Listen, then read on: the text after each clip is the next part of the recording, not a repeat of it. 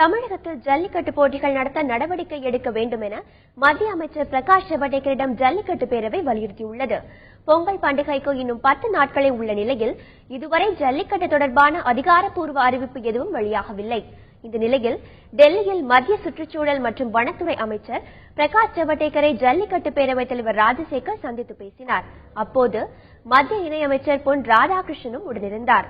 தமிழகத்தில் ஜல்லிக்கட்டு போட்டிகள் நடத்த நடவடிக்கை எடுக்க வேண்டும் என ஜல்லிக்கட்டு பேரவை வலியுறுத்தியுள்ளது. ஜல்லிக்கட்டு நடத்த தேவையான நடவடிக்கைகளை எடுத்து வருவதாகவும் விரைவில் அறிவிப்பு வெளியாகும் என்று மத்திய அமைச்சர் பிரகாஷ் ஜவடேகர் நம்பிக்கை தெரிவித்ததாக ராஜசேகர் கூறியுள்ளார். பிரகாஷ் ஜவடேகர் அமைச்சர் ஐயா அவர்களை பார்த்து கோரிக்கை வைத்தோம். நான் அதற்கான ஆய்வுகளை செய்து கொண்டிருக்கிறேன். சட்ட வல்லுநர்களை கலந்து ஆலோசித்துக் கொண்டிருக்கிறேன். விரைவில் நல்ல முடிவை அறிவிப்போம் என்று கூறியிருக்கிறார்கள். அதற்கு மேலே அமைச்சர் அவரோடு கலந்து பேசினாங்க. அதனால் நம்பிக்கையோடு நல்ல செய்தி வரும் என்று காத்துக்கிட்டு இருக்கோம்.